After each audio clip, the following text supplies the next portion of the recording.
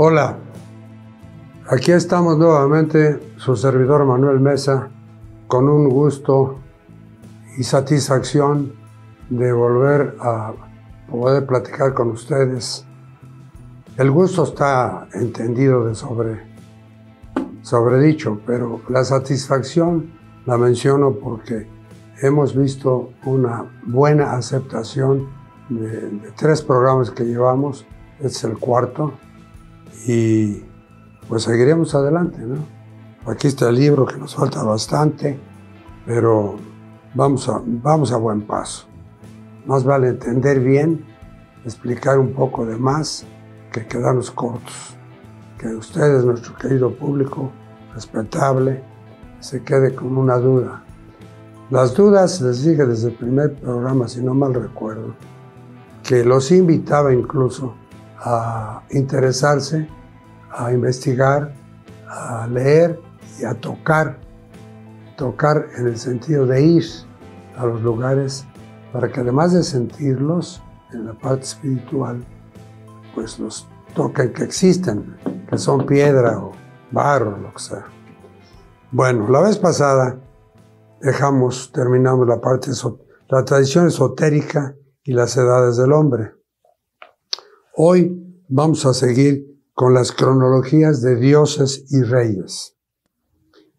Cuando el cristianismo se convirtió en la religión estatal u oficial de Occidente, el Imperio Romano, en los siglos IV y V, concretamente el emperador Constantino el Grande, en el año 306, hizo un pacto, un convenio con el jefe o líder de los cristianos y le dijo: mira, ya nos ganaron, reconozco que tu religión ya pues la practica, el pueblo de Roma la sigue, entonces vamos a hacer un trato. Yo te acepto que sea la religión del Imperio Romano, oficial del imperio, y tú ya saca a tus gentes a las catacumbas, etc.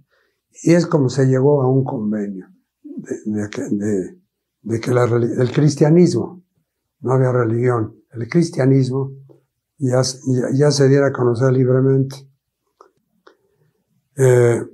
Basado en el tiempo lineal, que admitía solo una revelación y una sola encarnación divina para los cristianos y los judíos antes que ellos, para ellos el tiempo tenía un principio y un fin. Ya estaban, por eso dice el autor, adelantados. Y es posible, es muy cierto. Bueno, era una narración única y uniforme dirigida hacia la salvación. Las antiguas cronologías tradicionales, basadas en un concepto de tiempo cíclico y una sucesión de eras del mundo, fueron reemplazadas por la cronología bíblica, mucho más corta, y fue sobre la base de la autoridad de la Biblia que el arzobispo de Irlanda, James Ussher, afirmó en 1650 que el mundo fue creado al anochecer del domingo 3 de octubre de 4004 a.C. Es una de tantas teorías, pero pues la toma en cuenta el autor y la respetamos. En esta cronología más breve, que limitaba efectivamente la totalidad de la experiencia humana en la Tierra al lapso del último Yali Yuga, el cual fue un ciclo de 1296 años, era de riña e hipocresía. Así lo manifiestan. Estaba basado también, como dentro del calendario maya, de la gran era maya, y le llamaban ellos Alatau.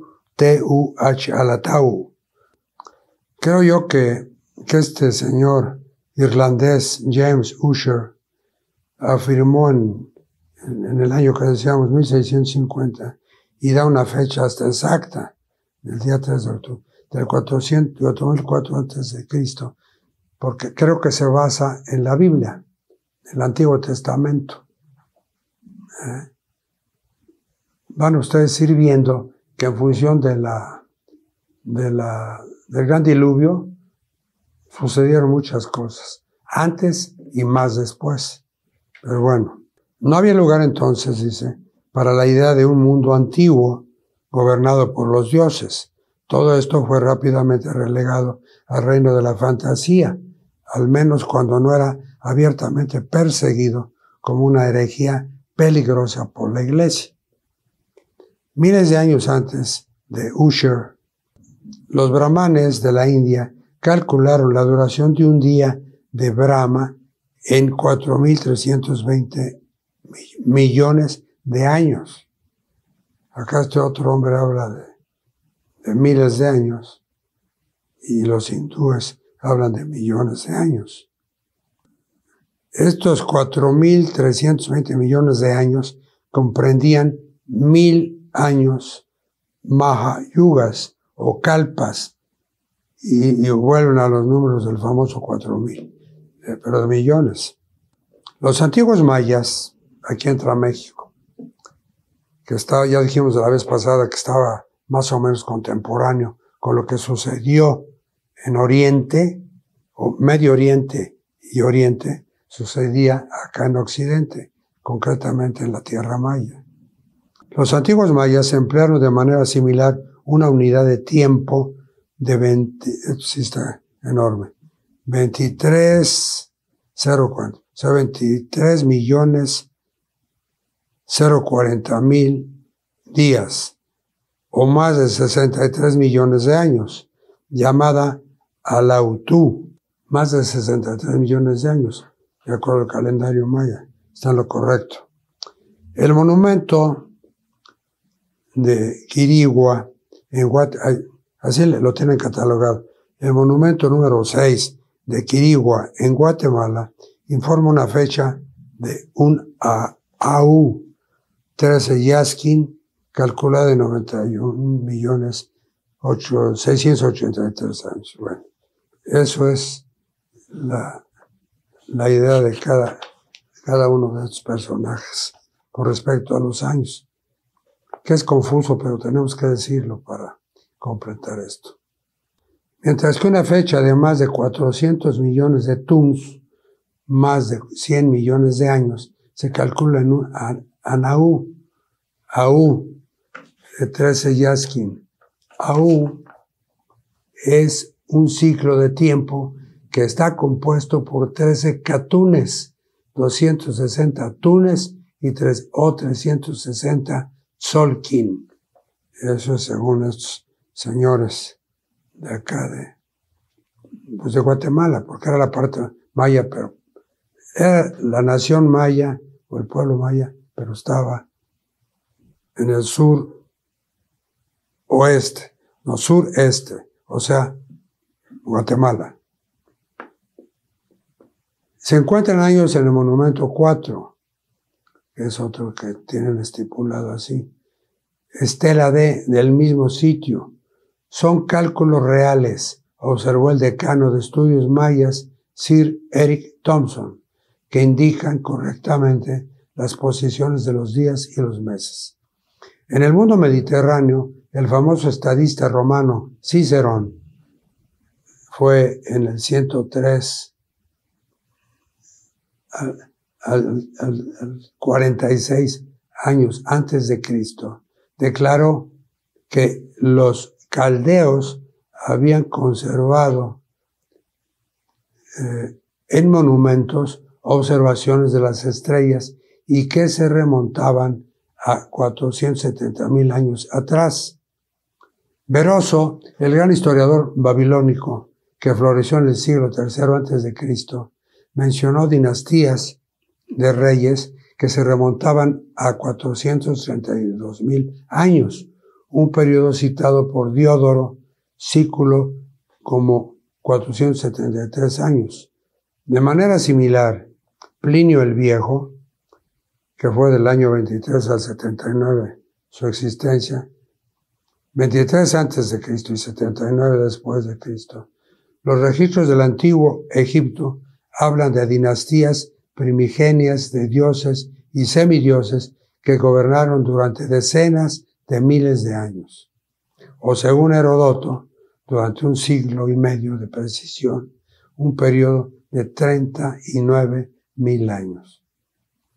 Estos conceptos de una antigüedad superior que contradecían tan claramente la cronología bíblica eran anatema para la Iglesia. Por ello, Eusebio de Cesarea, que vivió del 260 al 340 después de Cristo, uno de los primeros padres cristianos, proseguiría exponiendo en su Chronicon las mentiras de Beroso y Manetón sobre sus dinastías de dioses y reyes, que nunca existieron. Deberíamos perdonar las críticas de estos primeros autores cristianos y agradecerles, en cambio, que hayan conservado en sus críticas tantos fragmentos valiosos de listas y cronologías de reyes antiguos, conocidas durante siglos solo a través del testimonio indirecto de escritores cristianos, en su mayoría hostiles. Muy pocas de estas listas de reyes han sobrevivido en su forma original. Todo en lo que podemos confiar hoy son solo fragmentos de lo que alguna vez debió ser una cronología completa y extremadamente precisa. Pues aquí este párrafo nos dice de que cuando la era cristiana que inició, ya lo dijimos, siglo III o IV, chocó con lo anterior y dijo, es mentira, no había dioses, no había esto, desde los griegos y de los egipcios, esto no es cierto. Y entonces, con el respeto que hemos estado hablando y seguiremos hablando, pues Roma mintió. Y digo Roma porque se quedaron, los cristianos sufrieron, etcétera, y fueron perdonados, y se iniciaron en Roma. Y de ahí viene que se quedó Roma. La palabra Roma tiene varias interpretaciones, ahí se las dejo. Interprétenla para no meterme en problemas. Nada más les digo que había 7 colinas en Roma y la ciudad, y que por alguna razón decidieron ponerle Roma, que es la capital de Italia, ¿verdad? Pero decíamos que en este párrafo, en donde ya dan su punto de vista los cristianos, dicen que esos conceptos de la antigüedad superior son falsos, ¿sí? Son falsos. Y lo dice Eusebio de Cesarea, estoy repitiendo para que quede bien claro. Del año 260 al 340 después de Cristo, fue uno de los primeros padres cristianos. Proseguiría exponiendo en su crónico las mentiras, fíjense, de Beroso y Manetón. Bueno, entramos a los reyes antes del diluvio. Les decía yo hace rato que antes del diluvio y después del diluvio hubo muchas ideas, muchas fechas sobre todo, y posteriormente al diluvio hubo más de ambas cosas. Entonces aquí nos dice, reyes antes del diluvio.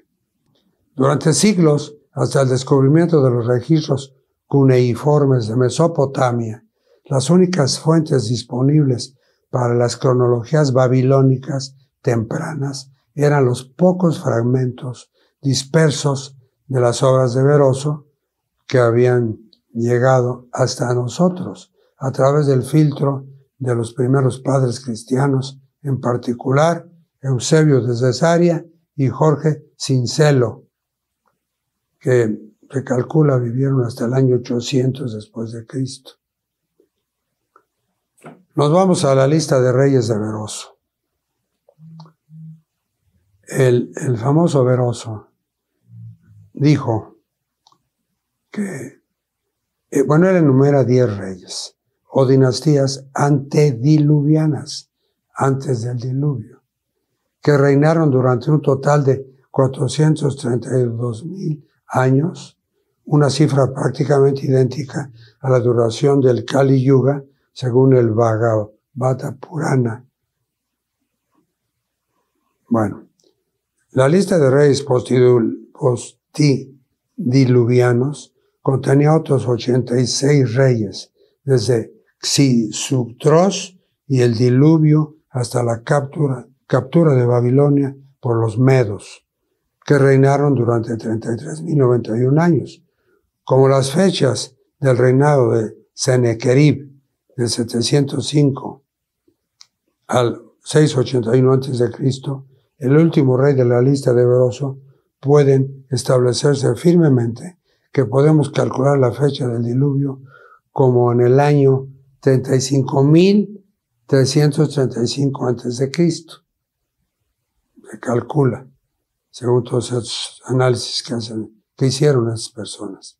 Además, es posible reconstruir la siguiente cronología provisional para el periodo posterior al diluvio.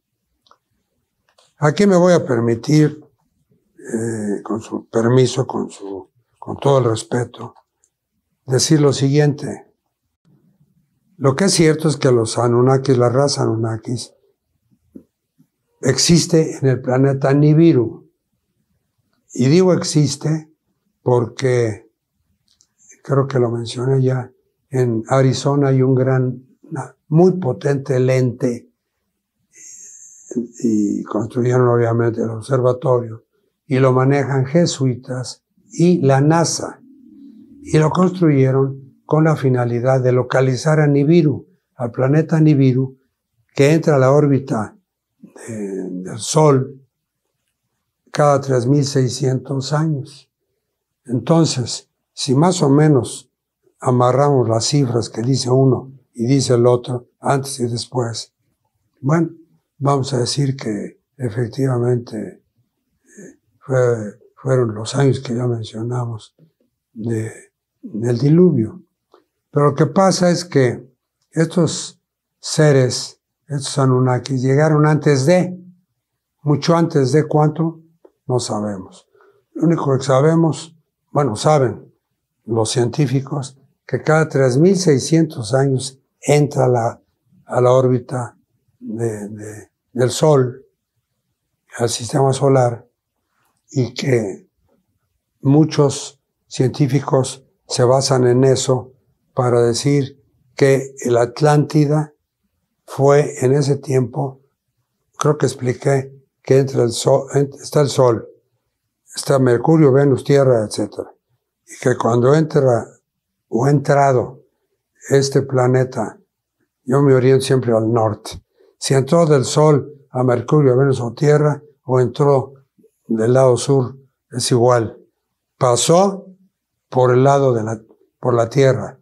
Si es tres veces la masa de Nibiru a la de la Tierra, bueno, pues quiere decir que haya pasado por el lado norte, por el lado sur, jaló con su poder de atracción, jaló la parte de la Tierra que estaba dando para ese lado. Jaló tierra y agua. Y cuando la Tierra siguió su movimiento de rotación y el planeta Nibiru seguía en una velocidad X, no la saben todavía, están calculando. Es obvio que lo que jaló acá cayó, y totalmente diferente de como estaba. Y luego le tocó esta parte, digamos, la parte oriental, le tocó lo mismo, el fenómeno de atracción, y cuando da la vuelta, cae de nuevo en formas diferentes a como estaba. Es una teoría que cada día toma más fuerza porque ya encontraron a Nibiru. Lente potentísimo lo financiaron, repito, la NASA y el Vaticano para encontrar a Nibiru. Lo que sabemos ahora es que ya lo encontraron. Entonces ya están calculando, tiene una referencia, por medio de una referencia lo encontraron. Entonces ya están calculando la distancia de donde está al sistema solar y la velocidad.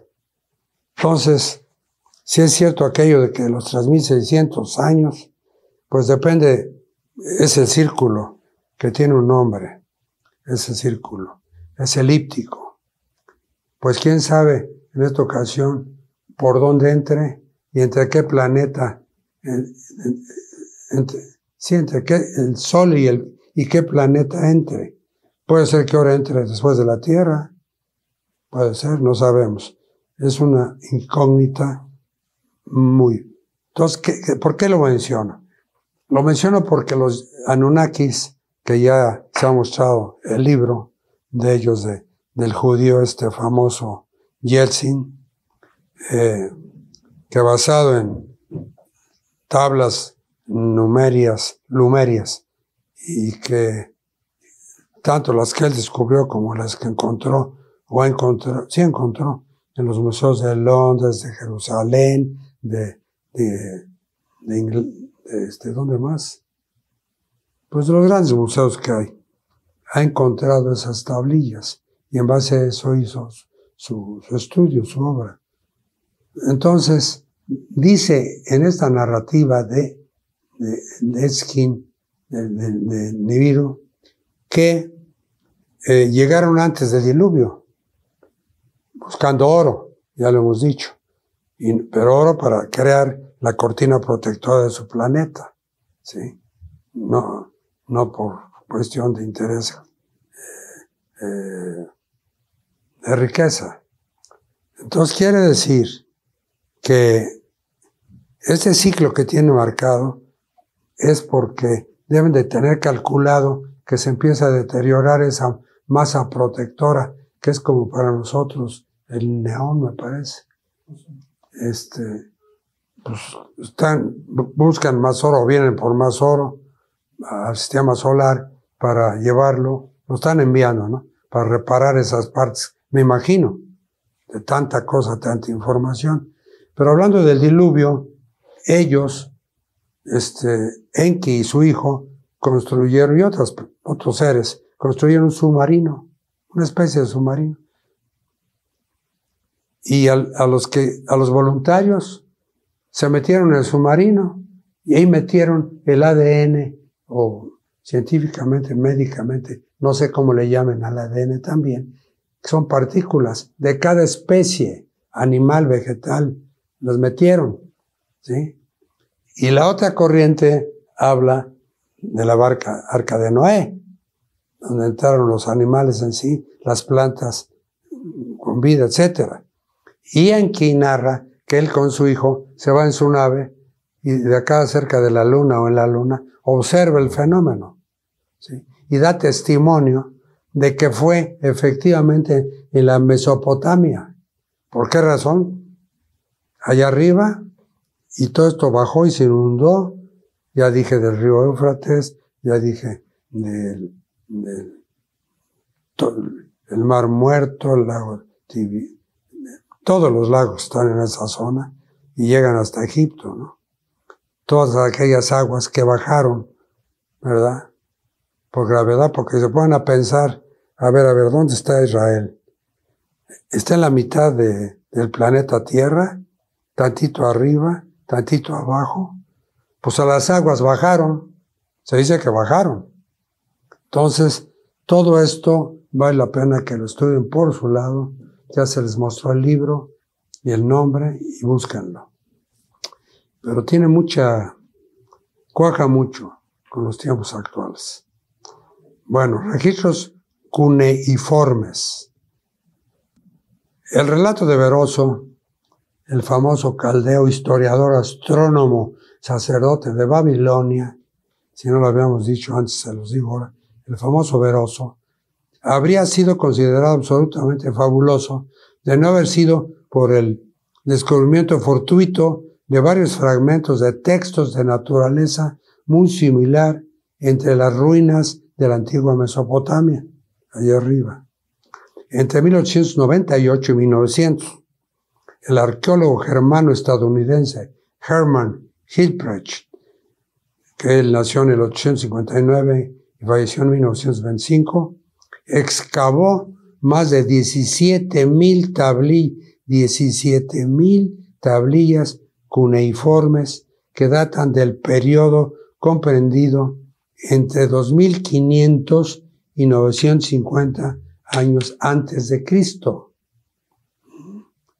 En la antigüedad, la antigua biblioteca del templo de Nippur. Nippur creo que lo tenemos por ahí. Hoy hemos hablado de Nippur. Eso salió allá en Egipto. No, aquí está. Nippur fue una antigua ciudad sumeria cuyos primeros restos datan del quinto milenio antes de Cristo. En Nippur se hallaba el templo principal del Dios del cielo y de la creación, Enlil, regidor del cosmos. Bueno, perdón, me fui más arriba. Pero esto sucedió en la ciudad sumeria. Más bien me fui abajo y esto es arriba. Bueno, entonces, aquí nos dice que en ese templo, en la biblioteca de ese templo, encontraron estos datos. Y una tableta en particular, ahora conocida como tableta Nippur B, contenía lo que parecía ser un fragmento de una lista de reyes más larga. El sobreviviente, si le llaman, o le llamaron. Me imagino que, pues, él le dio a sus descubrimientos un ABC, una clasificación, ¿no? Por eso habla C, de la antigua. Parte del texto menciona 11 dinastías con sus respectivos años, y en 1921 un documento similar, conocido como el Prisma Well-Blundell 444. Tenemos que quiere decir W440, Prisma de Well-Blundell. En la lista, en los años siguientes, se encontraron más de 18 copias más de lo que desde entonces se conoce como la lista de los reyes sumerios. 18 copias más, la mayoría de ellas datadas de la época de la dinastía Isin, aproximadamente 2017 a 1794 a.C., pero ninguna tan completa y detallada como el prisma de Well-Blundell. Stephen Langdon, profesor de Oxford, que asistió a la primera publicación de la lista en 1923, escribió: si aceptamos las cifras reales del prisma, el primer rey después del diluvio gobernó en el año 34.685. Vayan amarrando, ojalá estén apuntando los años. El primer gobernante de Erech comenzó a reinar en el año 10.175 a.C. El segundo reino de Kish comenzó en el año 7.832. Si tenemos en cuenta la omisión de los dos últimos reyes antes del diluvio, al aceptar las cifras W62 y añadimos 64.800 años para estos dos reyes, el prisma WB444, que ya vimos, que es el de Well-Blundell, sitúa al primer gobernante de la humanidad en el año 340.685 a.C. WB62 daría 496.085.000 para el comienzo de la humanidad. Y la cifra de Veroso sería 466.885, todos antes de Cristo. Entonces, ¿qué nos dice esto? Nos dice primero que es un relajo, ¿verdad? ¿A quién le hacen caso? Cada quien. Antes del diluvio y después del diluvio. Yo estimo, vuelvo a pedir disculpas, que a los cristianos no les gustó nada lo del diluvio, y menos las fechas. ¿Por qué? Porque se dice en la Biblia y en el Antiguo Testamento y en el Génesis que todo esto sucedió después del arca de Noé, porque se supone que la humanidad entera, por su mal comportamiento, se salvó nada más los que escogió, los que tenía ordenados Noé, y son los que se salvaron. Y viene otra historia del arca de Noé. Pero esto de las fechas nos da bastantes inquietudes. Al analizar la importancia de estos números tan grandes, Langdon observó además una fuente china del siglo VIII después de Cristo asigna 432,000 años a la edad de los 13 reyes del cielo y los 11 reyes de la tierra, mientras que el periodo Kali Yuga corresponde exactamente a la figura de Beroz. O sea, como que ya se estaban portando mal, ¿no? Ya estaba llegando a la época en que el área cristiana dice que fue el diluvio y los malos se quedaron ahogados, ¿verdad? Y los buenos se salvaron en el mar. Todo esto está enredoso. La mayoría de las listas de reyes en Mesopotamia que han sobrevivido incluyen 10 reyes o gobernantes anteriores al diluvio, cuya duración de reinado se expresa en zars. La lista comienza con una fórmula ritualista que describe cómo la realeza descendió del cielo en la época de Alulim o Alolu, el primer rey antediluviano. En total, la lista menciona a 2 reyes de Eridu, que reinaron durante 64,000 años, 3 reyes de Bat-Tibira durante 108,000 años, un rey de Larak durante 28,000 años, un rey de Sipar durante 21,000 años, todo bajando, ¿no? Y un rey de Surupac durante 18,600 años. Sus nombres aparecen registrados como Alumín, Alangar, Emengal-Lana, Dumusid, el pastor divino, Enmenlu-Ana, Ensipasida-Ana, Enmendu-Ara y Uara-Tutu. Faltan 2 nombres en la lista, los de Arad-Jin y Xisutros, a quienes otras fuentes atribuyen 28,800 y 36,800 de reinado. Entonces, ¿qué nos dice esto? Pues creo que lo que mencioné hace rato es cierto. Es cierto porque baja el número de años de reinado de los egipcios y del diluvio empiezan a subir los años de reinado. Es un empezar de nuevo, que es lo que Roma, la iglesia cristiana, ha sostenido, porque pues así les ha parecido, les ha convenido con esto. Pero los gobernantes predinásticos, la piedra de Palermo es el fragmento más antiguo que se conserva de un antiguo rey egipcio. Se encuentra en el Museo de El Cairo, en Egipto, y es mayor de una losa de piedra negra. Son los datos que dan de esto. Se conserva de un antiguo rey egipcio y data de la quinta dinastía, 2494, 2345,000 años antes de Cristo, y tiene al menos 500 años más antiguo que las primeras redacciones conocidas de la lista de reyes sumerios. Solo una sobrevive, un pequeño fragmento de la lista completa, que contiene los nombres de 9 reyes násticos del Bajo Egipto. Si la lista hubiera estado completa, podría haberse contenido tanto hasta 120 nombres con sus respectivas duraciones de reinado.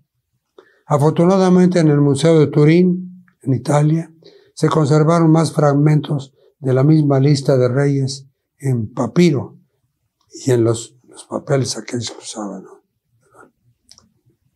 Y en los pocos extractos supervivientes de las obras de Flavio Josefo, sexto africano, y los padres cristianos, Eusebio de Cesarea y George Syncellus. El canónigo real. La lista de reyes de Turín, también conocida como canon real, es un papiro hierático que data del reinado de Ramsés II, 1279 a 1260 a.C. El papiro supuestamente fue encontrado intacto en 1820 en la antigua ciudad egipcia de Tebas, allá también, pero resultó tan dañada en su viaje a un museo en Italia que se desintegró en cientos de pequeños fragmentos al punto de que una reconstrucción completa tal vez nunca sea posible. El papiro contiene la lista de gobernantes y dinastías acompañada de sus longitudes de reinado diferentes y se considera el más completo y extenso de todas las listas de reyes del antiguo Egipto. Bueno, pues creo que esto le da cierta razón, o se han basado en esto los que dicen que los egipcios fueron la primera raza. ¿Quién sabe? Antes de enumerar dinastías mortales, el papiro enumera varias dinastías de dioses y semidioses. Desafortunadamente, esta parte del texto está significativamente dañado y viejo. Solo sobreviven las últimas líneas que contienen los siguientes totales: venerable Shem-Shum-Hor, de 13.420 años, reina hasta Shem-Shum-Hor, 23.200. Total, 36.320 años. Rey Menes, la información existente se ha recreado en la tabla 2.5. Son muchas tablas que aquí están, pero sería muy hasta tedioso mostrarles todas esas tablas. Desde el reinado del rey Menes, primer faraón de la primera dinastía, fechada internacionalmente entre 3100 y 3050 a.C., esto significa que los inicios de la historia egipcia pueden remontarse a casi 40.000 años. Edward Meyer, cuya traducción del canon real sigue siendo la más precisa hasta la fecha, enumera 9 dinastías prehistóricas, entre las que encontramos a los venerables de Memphis, ¿sí?, los venerables del norte y finalmente los Shem-Hor, generalmente traducido como los compañeros o seguidores de Horus. Estos también fueron precedidos por una dinastía de dioses que incluía un total de 10 nombres divinos. Ese es el mismo número que el de los reyes antediluvianos en la lista de reyes sumerios. La lista de reyes de Manetón, el sacerdote egipcio Manetón, que vivió en el siglo III a.C., fue el autor de una historia de Egipto en 3 libros. Se gozó de amplia circulación en la época griega y romana. Fragmentos de sus obras aparecieron en los libros de Josefo, el romano, como contra Open, contra Apión, fechado en 94 era de Cristo, y fueron citados más tarde por los primeros cristianos como y otros sextus africanos, así les llamaban, 160 años, de 160 a 240 después de Cristo. San Jerónimo y Eusebio de Cesarea, la mayoría de las obras de estos autores cristianos, que eran de naturaleza crítica, se perdieron en la antigüedad y solo sobreviven a través de más copias y traducciones menos completas, incluida la cronografía de Malalas, la crónica de Cincelius y una colección de textos de autoría y procedencia inciertas probablemente de los siglos V y VI de nuestra era. Conocido como Excerpta Latina Barbari, fragmentos en mal latín, para complicar las cosas más adelante, ninguna de estas versiones parece coincidir ni en el orden ni en la secuencia de las diferentes dinastías, ni sobre sus respectivas duraciones. Bueno, para terminar, pues me salgo del texto, me salgo de varias cosas porque no sé si más adelante lo diga. Este texto está en inglés y nos ha costado un poco bastante trabajo traducir todas estas cosas. Pero, dígalo o no lo diga, estamos viviendo tiempos muy difíciles. Los astrólogos, las gentes que saben cómo supieron estos personajes del antiguo Egipto, ¿sí? Hablan de que octubre es un mes muy difícil, muy peligroso incluso, donde se darán manifestaciones muy fuertes, no vistas, que harán temblar, que harán morir incluso, o enfermarse a mucha gente. Yo les recomiendo ser muy cuidadosos, sea o no sea. Hay dos hechos que ya se dieron en 2 días. La primera fue la invasión, el ataque militar de Israel, 20 kilómetros, que penetró en Líbano. ¿Sí? Líbano, que no tenían. Podrán decir que Líbano, los de la Franja de Gaza, tenían éxito. Podrán decir muchas cosas. Pero la segunda gran situación que se presentó en 2 días fue que Irán le lanzó una serie de misiles muy poderosos que sí cayeron en Israel. Que lo han ocultado es porque el Deep State o Estado Profundo, que son los amos del mundo, hasta ahorita va a cambiar. Y empieza con los famosos banqueros Rothschild, que son judíos, ¿sí? Y de ahí se derivan los más poderosos del planeta actual. Ellos tienen teorías incluso de desaparecer humanidad. Pero este octubre está lleno, según estas gentes me he informado, de que van a pasar cosas pues, sobrenaturales, no vistas anteriormente. Porque para empezar, la Franja de Gaza, ni Hitler, escúchenlo bien, ni Hitler hizo lo que este señor primer ministro de Israel ha hecho, ¿sí? Los famosos guetos, estudien eso. ¿Cómo fueron los guetos? Eran colonias, por decir, donde vivían en sus casas y tenían alimentos o no, estaban restringidos. Pero de ahí los pasaron los campos de concentración y de extinción.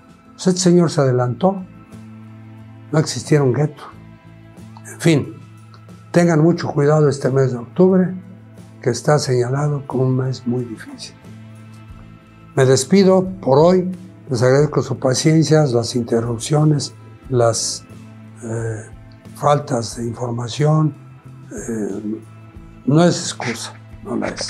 Simplemente que pues es difícil, pero nos echamos a cuestas esta tarea para hacerles conocer a ustedes cosas desconocidas, la mayoría. Soy Manuel, su servidor, y nos veremos la próxima, será la 5ª. Gracias.